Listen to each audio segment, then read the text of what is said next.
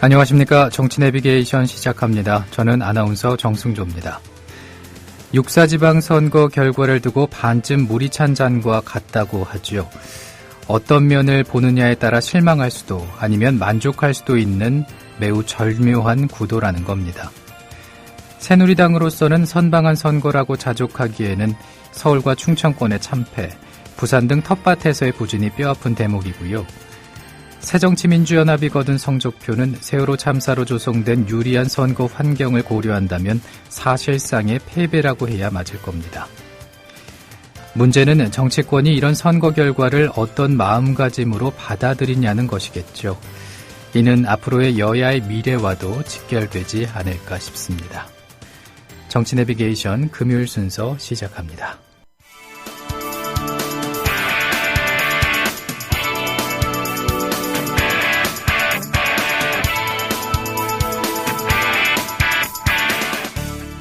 현장성과 깊이가 다른 정치 해설. 지금 여러분께서는 정치 내비게이션을 듣고 계십니다. 진행의 정승조 아나운서입니다.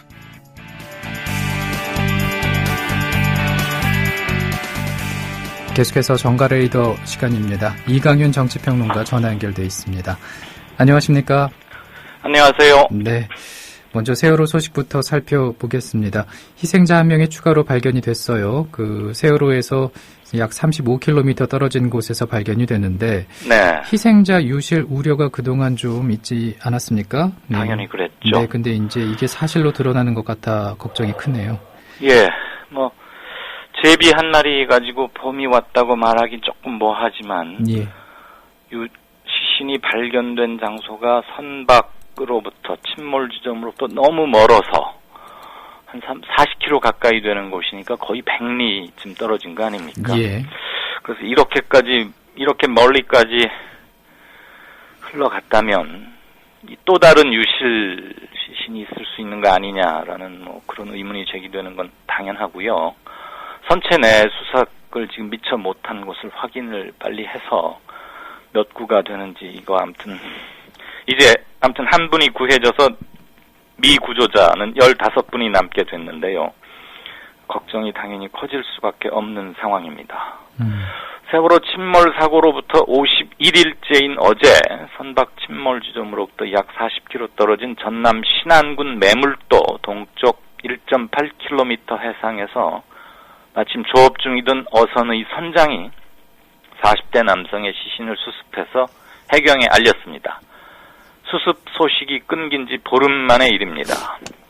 대책본부는 1차 지문 감식 결과 탑승객인 조 모 씨가 맞는 것으로 확인이 됐다. 그러면서 정확한 신원 확인을 위해서 DNA 검사 같은 거 의뢰했다고 말했고요. 예. 시신으로 발견된 조 씨는 그 일가족이 함께 제주도 여행을 떠났다가 7살짜리 막내 아들만 구조가 됐고 살아서 아내 그리고 큰아들은 선체 내에서 숨진 채 발견돼가지고 그때 이 소식이 전해지면서 또 한번 많은 국민들이 안타까워하고 그랬죠. 예. 아버지 가장이 발견이 된 겁니다. 어제 발견된 그 조 씨의 아버지, 그러니까 7살짜리 생환한 그 조아무개 군의 할아버지는 여전히 팽목항에서 한 달 넘게 있으면서 많은 분들의 눈시울을 자극하고 그랬는데 예. 이제 자기 아들을 너무 늦었지만 멀리에서 찾은 겁니다. 한편 세월호 유족이 국가를 상대로 손해배상 소송을 내기에 앞서서 법원에 사고 관련 각종 증거를 그대로 보관해달라.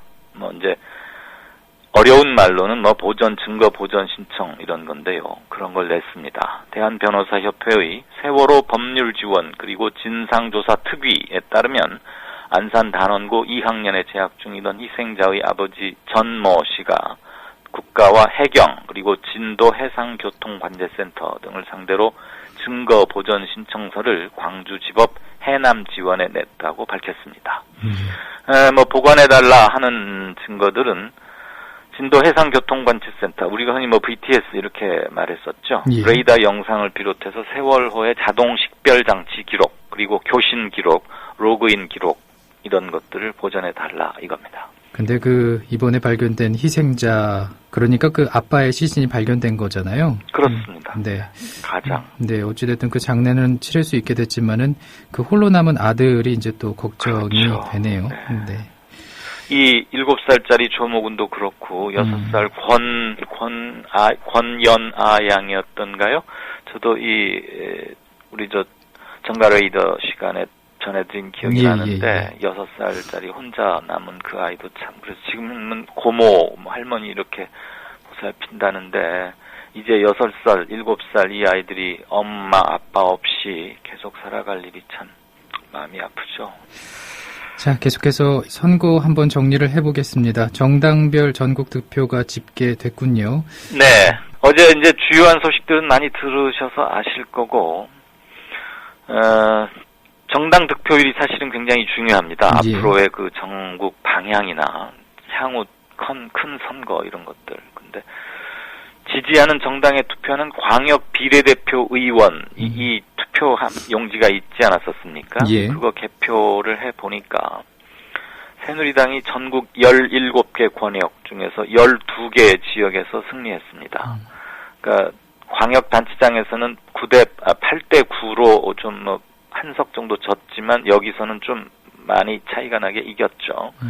그리고 접전 지역이었던 경기, 인천, 충청, 강원, 부산 등에서 작게는 4%포인트, 많게는 25%포인트가량 새정치민주연합을 이겼습니다. 전국 종합득표율, 정당별 득표율도 새누리당 48.5%, 새정치민주연합 41.2%로 약 7%포인트가량 차이가 났습니다. 광역단체장은 새정치민주연합, 그러니까 야당 후보를 선택했지만 광역 비례대표 의원 투표에서는 새누리당, 여당을 선택한 사람이 좀 더 많았다는 얘기입니다. 예. 한편 여야는 이번 선거 결과에 대해서 모두 겸허하고 낮은 자세로 국민의 기대에 부응하겠다. 이런 늘 선거 때면 내놓는 입장이긴 하지만 이번에는 선거 결과가 매우 팽팽하고 여러 갈래로 다양한 해석이 가능한 그런 결과여서 다른 때와는 좀 다르게 들립니다. 어쨌거나 새누리당은 세월호 참사가 국가 대개조 이런 거 지금 명령한 거 아닙니까? 예. 그거 하겠다고 강조했고 야당인 새정치민주연합은 국민들이 어느 한쪽에 힘을 몰아주지 않은 것은 여야 그리고 대통령 모두 변화하라 이런 깊은 뜻이다. 이걸 다시 한번 강조했습니다. 예. 그리고 이번 지방선거 결과에서 이제 승리하신 분들 보면서 몇몇 분들은 이제 새 대선 주자급으로 꼽히는 인물군이 형성된 게 아닌가 그런 말씀도 하시더라고요. 네, 충분히 그렇게 볼만하죠. 전국 단위 큰 선거라는 것은 항상 어떤 분기점을 또는 계기를 마련하는 게 항용 그러하니까요. 예. 우선 서울시장 재선에 성공한 박원순 후보 당선자 급부상하고 있습니다. 경기와 인천은 여당에게 내줬지만 서울에서는 완승을 거두지 않았습니까? 그게 다분히 박원순 개인의 시정을 그동안 잘해온 것, 그 다음에 개인적 덕목, 정치인으로서의 인기, 대중적 인기, 그리고 소탈한 이미지, 이런 것들이 많이 어우러져서 된 걸 텐데, 예. 우선 서울의 25개 구청장 중에서 20개, 그러니까 거의 절대 다수라고 해야겠죠. 20개 구청장을 야당이 당선시키는데도 박원순 효과가 대단히 톡톡히 한몫을 했겠죠. 그런 점에서 박원순 시장은 대선은 뜻이 없고 임기 4년은 끝까지 채우겠다고 계속 말을 해왔고 이분 평소에 품성이나 이런 걸로 봐서 그 약속을 지킬 가능성이 대단히 높아 보이긴 하지만 때가 되면 즉 3년 후에 대선이 되면 안팎에서 그런 요구가 나오지 않을까 싶습니다. 예. 그리고 지역 감정에 맨몸으로 부딪혔고 자기 고향이긴 하지만 야당으로서 볼 때는 황무지인 대구 시장에 도전해서 40% 이상 득표를 한 김부겸 대구시장 후보. 비록 떨어졌지만 그럼에도 불구하고 그의 정치적 중량감 이런 것은 좀 더해졌다는 게 대체적인 평가입니다. 예.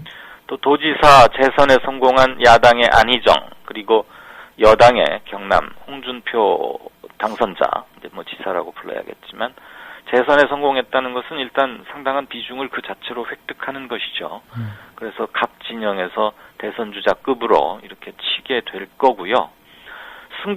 최대 승부처였던 경기지사 선거에서 뭐 쫓고 쫓기고 아주 아슬아슬한 끝에 신승을 거두었죠. 그래서 수도권을 지키는데 상당히 큰 역할을 했고, 당연히 이제 새누리당이 수도권에서 전멸하면 사실 매우 힘든 국면으로 갈 수밖에 없었는데 예. 그 위기에서 새누리당 입장에서 보면 당을 위기에서 구하는데 기여를 했다고 평가받는 남경필 경기지사 당선자도 차세대 리더로 일단 가시권에는 들어왔다, 이렇게 볼 수 있을 겁니다. 예. 그리고 그 홍준표 원희룡 의원도 거론이 되고 있나 봐요? 네, 홍준표 당선자는 아까 얘기를 했고요. 원희룡 당선자도 뭐 국회의원 한 3번 했고 도지사 제주도 고향에 가서 했는데 뭐 넣을 수는 있겠지만 제주도 지사가 되는 과정에서 뭐 공천 과정, 그리고 제주도에서도 썩 그렇게 뭐 지지율은 한 60% 가까이 얻었는데 또 명확한 반대 논리도 있고, 그래서 앞으로 어떻게 하느냐에 따라 좀 달려 있겠죠. 네. 386 뭐 리더 그룹의 한 사람이긴 합니다. 예. 그리고 이번 선거에서 또 이채로웠던 게 그 세종청사 공무원들이 야당 후보를 택한 거, 이것도 상당히 좀 특이하더라고요. 예, 이제 이거는 명확한 분석이 좀 필요는 합니다. 과연 현직 공무원들이 거기 총 주민의 몇 %고 투표를 얼마나 했고, 이들 중에서 야당 출신인 이춘희 새정치민주연합 후보에게 표를 던진 사람은 과연 몇 명일까? 이거를 정확히 가릴 수는 없죠. 비밀 투표니까. 그렇지만 전반적인 흐름을 볼 때 유추해낼 수 있는 거 아니겠습니까? 예. 세종시라는 게 공무원들 그 행정수도의 일부처럼 옮기면서 만든 특별시지 않습니까? 세종시가. 예. 거기 이제 야당으로 당선이 됐는데, 현 세종시장인 유한식 새누리당 후보를 이긴 거죠. 그러니까 현역 프리미엄을 이기기가 그렇게 쉽지는 않은데 그런 점에서 좀 의미를 가질 수 있는 거고, 이춘희 당선자가 이 세종시 설계자예요. 공무원 시절에 건설교통부, 국토교통부 이름이 그렇게 바뀌었는데 거기 근무하면서 여기 디자인하고 뭐 짓고 하는데 깊이 관여했던 사람이고, 4년 전에는 유한식 당선 현 시장하고 붙었었는데 졌는데 이번 리턴 매치에서 이겼습니다. 예. 그런가 하면은 그 야당의 충청권 석패 역파일 텐데 그 안방을 내준 여당 거물들도 상당수더라고요. 그렇죠. 야당이 충청권을 아주 석권했지 않습니까? 네. 그러면 이제 그전 국회의원 선거 때나 대선 때는 반대로 여당이 아주 압승을 했던 것이죠. 그러니까 불과 1년 3개월 내지 한 2년 만에 아주 확 100%가량 뒤바뀌어버린 표심을 보여줬는데, 선거를 진두지휘한 뭐 원내대표, 그러니까 이름을 보면 이완구, 서청원, 상당히 이름만 들어도 좀 알만한 여당 내 실력자들 아닙니까? 예. 그리고 윤상현 전 수석 원내 부대표, 이런 사람들이 막상 자기 지역구인 안방에서는 야당 후보들 또는 무소속 후보한테 다 지거나 득표율에서 다 열세였습니다. 그러니까 좀 중앙에서는 한 소리 땡똥 치면서 뭐 중앙당에서는 중요한 일을 하는데 막상 자기 지역구는 못 지킨 거죠. 예. 그래서 조금 체면이 구겼다, 뭐 이런 얘기인데, 예. 대표적으로 이완구 새누리당 비상대책위원장 겸 원내대표의 케이스만 한번 보죠. 나머지는 너무 기니까요. 자신의 지역구가 충남 청양입니다. 거기 청양 군수 선거에서 자신이 공천한 새누리당 후보가 무소속인 이석화 후보에게 졌습니다. 그리고 충남 지사 선거에서도 자신의 지역구인 청양군에서는 안희정 야당 후보는 47.7%를 얻었는데 자기 자당의 정진석 후보는 44%밖에 얻질 못했습니다. 예. 그러니까 이완구 원내대표로서는 좀 머쓱할 수밖에 없는 게, 자신은 충청권 출신 첫 새누리당 원내대표이자 충청권 앞으로 대표주자다.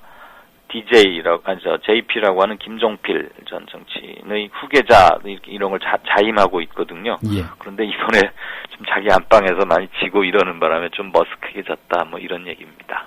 그리고 호남 지역을 보니까는 무소속 돌풍이 거셌어요. 네, 4년 전에도 그랬는데 이번엔 더 거세졌습니다. 이것의 정치적 의미는 좀 두어야 할 겁니다. 뭐 가장 대표적인 예를 들자면 호남권의 새정치연합, 그러니까 야당의 대표적인 의원이 이제 박지원 전 원내대표 아니겠습니까? 예. 김대중 전 대통령의 비서실장이자 명대변인, 뭐 이런 소리를 듣고 있는데, 자신의 지역구가 목포거든요. 예. 방금 앞에 여당의 이완구 원내대표를 예로 든 것처럼 자신의 지역구인 목포 그 시장 선거에서 이제 자신이 민 후보 이제 공천받아서 나가지 않았겠어요? 예. 그런데 무소속 후보에게 졌습니다. 그러니까 좀 체면이 손상됐다고 할 수 있겠죠. 호남권 전체를 한번 보자면 전북에 있는 14개 시군 가운데 익산, 김제, 완주, 전북에서는 다 중요한 도시들입니다. 예. 그런 도시들을 비롯한 7곳에서 무소속 후보가 당선됐습니다. 그러니까 50%가, 무려 50%가 호남의 여당이라고 일컬어지는 새정치민주연합 후보가 아닌 무소속 후보가 당선된 겁니다. 전라남도 역시 22개 기초선거구 가운데 조금 전에 박지원 의원 얘기를 한 그 목포를 비롯해서 8곳을 무소속 후보가 가져갔습니다. 그러니까 새정치민주연합 또는 옛날 이름 민주당, 거기 공천받으면 다 당선된다, 이러는 등식이 확실히 깨진 거죠. 네. 호남의 무소속 약진은 새정치연합이 지방선거를 불과 2달 앞두고 뭐 기초선거 정당 공천 할 거냐 말 거냐 가지고 굉장히 논란 끝에 가까스로 여론조사 끝에 무공천 방침 철회하지 않았습니까? 예. 그러면서 공천 작업 급히 하면서 현역들 또는 이렇게 많이 좀 물갈이하고 그랬는데 그 과정에서 공천에 불만 품은 사람들이 무소속으로 나가서 돼버린 거죠. 4년 전인 2010년 지방선거 때도 전라남도에서는 여수, 순천, 광양 등 7곳에서 무소속이 민주당 후보를 꺾은 바가 있습니다. 앞으로 무소속의 약진, 물론 이곳에서는 공천 못 받으면 무소속으로 나갔다가 적당한 틈 봐서 다시 민주당이나 새정치민주연합으로 들어가는 그런 것들을 밟아오긴 했는데 정당 공천을 받는다고 꼭 당선되는 것은 아니라는 것은 확실히 알려준 셈입니다. 예. 그리고 이 경기도를 보니까 무효표가 15만 표나 나왔는데 왜 그런 겁니까? 예. 이게 뭐 우선 숫자도 상당할 뿐더러, 왜냐하면 경기도지사 선거 투표 전체 투표수가 500만 표거든요. 예. 정확히는 500만 20표인데 이 중에 15만 표, 역시 정확히 말씀드리자면 아침에 숫자를 너무 많이 말씀드린 거 좀 들으시는데 머리 아프실까봐. 정확히는 14만 9,659표입니다. 이게 무효표로 집계된 겁니다. 그러니까 전체 투표수의 약 3%. 말하자면 100명이 투표를 참가해서 표를 던졌는데 그중에 3사람이 던진 표는 무효표로 처리됐다는 얘기죠. 근데 남경필 당선자가 야당의 김진표 후보를 한 4만 2천 표, 그 정도 차이로 이겼거든요. 예. 그럼 그거에 비하면 무효표 15만 표는 대단한 거 아닙니까? 그렇죠. 그래서 이게 무효표가 아니고 이제 제대로 표를, 그러니까 무효표가 아닌 정상 유효표로 해서 만약에 셈을 해봤는데 이 중에 예를 들어서 7, 8만 표가 김진표 후보 쪽으로 만약에 갈 표로 분석이 된다면 승패가 뒤바뀔 수도 있는 충분한 표수 아니겠습니까? 유독 경기에 무효표가 많이 나오니까 일각에서는 이거 부정개표 아니냐 이런 의혹도 있긴 했는데 그럴 가능성은 거의 없고요. 예. 이유로는 제3후보로 통했던 통합진보당의 백현종 후보가 있었습니다. 경기도지사에 나섰던. 그런데 투표를 사흘 앞둔 지난 6월 1일 전격 사퇴를 했습니다. 당 차원에서 결정을 한 거죠. 그런데 요번에 이틀간에 걸쳐서 실시됐던 사전투표는 전격 사퇴하기 하루 전인 31일 날 끝났죠. 예. 사전투표가 30, 31일 이틀간 됐으니까. 이미 그때 상당 부분이 투표를 한 거죠. 그때 백현정 후보가 득표한 표가 모두 무효표로 처리됐습니다. 그리고 본 투표일을 3일 남겨두고 사퇴를 했는데 이미 그때는 투표 용지가 다 인쇄가 끝난 상태입니다. 예. 그러니까 경기도지사 후보 그 표에 보면은 백현정 이름이 올라가 있는 거예요. 그런데 이미 사퇴를 했기 때문에 6월 4일 본 투표일 날 백현정 후보에게 표를 던진 사람도 있을 수 있지 않겠어요? 그렇죠. 그거 모두 다 무효표로 가버리는 거죠. 그런데 15만 표가 백현정 후보에게 갔을 가능성이 대단히 높다고 우리가 유출할 수 있는 거는 4년 전인 2010년 지방선거 때도 경기지사 후보로 나섰던 진보신당의 심상정 후보가 선거 하루 전날 사퇴를 했습니다. 야당 후보 지지를 선언하면서. 그랬는데 이건 하루 전에 그만두면 알려지는데도 시간이 좀 필요하고 미처 모르는 사람도 있고 당연히 그러겠죠. 그래서 그때 심상정 후보가 얻은 표가 18만 한 4천 표가량 됩니다. 예. 이거 전부 다 당연히 무효표로 처리가 됐죠. 이번에 사퇴한 백현정 후보나 당시 4년 전에 했던 심상정 후보나 같은 당 소속이고 지지 기반이 같기 때문에 이번에 발생한 15만 표는 거의 다 그런 표일 것이다라고 보는 게 맞고요. 부산에서도 한 54,000표가량 무효표가 나왔습니다. 초박빙 승부였던 부산시장, 거기 뭐 1%가 채 안 되지 않았었던가요? 그렇죠. 1% 안팎이었는데 거기에 당연히 영향을 미쳤으리라고 봅니다. 부산의 서병수 새누리당 당선인과 무소속의 오거돈 후보 간의 표차는 28,000표 정도밖에 안 났습니다. 예. 그리고 이번 선거에 또 특이한 게 개표 속도가 과거에 비해서 무척이나 느렸다는 점이 아닐까 싶은데, 물론 뭐 초접전 지역이 많기도 했지만은 네. 이번 개표 작업이 특히 늦었던 이유가 뭘까요? 거북이 개표 뭐 다들 그랬죠. 밤새도록 엎치락뒤치락하거나 피를 말리는 1% 왔다 갔다 하는 승부여서 다들 잠을 많이들 설치셨을 텐데 개표 속도도 정말 늦었어요. 예. 중앙선거관리위원회에 따르면 경기도 기초단체장 선거를 기준으로 개표 시간 16시간을 넘긴 개표소는 4년 전인 2010년 한 곳에 불과했는데 이번에는 무려 6곳이나 됐습니다. 그러니까 비율로만 따지자면 6배나 늘어났던 건데 그만큼 많아졌다는 얘기겠죠. 예. 4년 전에는 평택 한 군데였는데 이번엔 경기도만 해도 6곳이나 된 겁니다. 또 교육의원까지 뽑아서 모두 8번이나 기표 행위를, 그러니까 부뚜껑으로 도장을 찍어야 했거든요. 지난 4년 전에는. 근데 이번에는 오히려 교육의원은 안 뽑았기 때문에 투표용지는 7장으로 줄어들었어요. 예. 그러면은 개표 시간이 당연히 더 짧아져야 되는 거 아닙니까? 그렇죠. 근데 훨씬 늘어났죠. 이에 대해서도 선관위에서는 2012년, 그러니까 지금 재작년 대선 때 전자개표를 놓고 왜 부정 시비가 막 한참 일었지 않습니까? 특히 온라인 공간에서 개표 부정이 있었다. 그래가지고 뭐 유권소라는 모임도 이렇게 만들어져서 활동하고 그랬는데 그런 논란을 없애기 위해서 전자개표를 한 다음에 이번에 일일이 다 또 수작업을 했답니다. 예. 그러니까 좀 뭐 늦어졌던 것은 이해가 가죠. 그리고 각 후보 참관인들도 뭐 불과 몇십 표로 막 엎치락뒤치락 하니까 조금만 이상한 무효표로 할까 말까, 뭐 이를테면 선에 걸친 기표를 했다거나 이런 것들 계속 이의 제기를 자주 하고 이러다 보니까 개표가 좀 중단되는 경우가 많아져서 전체적으로 시간이 많이 걸렸다. 이런 게 선관위의 해명입니다. 예, 오늘은 여기까지 듣습니다. 그렇습니다. 주말 잘 보내시고요. 고맙습니다. 예, 고맙습니다. 국민 라디오 지지하는 4가지 방법 아시나요? 다운로드하기, 별점 주기, 댓글 달기, 구독하기. 국민 라디오를 보다 많은 이들에게 전할 수 있는 가장 손쉬운 방법. 다운로드하기, 별점 주기, 댓글 달기, 구독하기. 잊지 마세요. 다운로드하기, 별점 주기, 댓글 달기, 구독하기.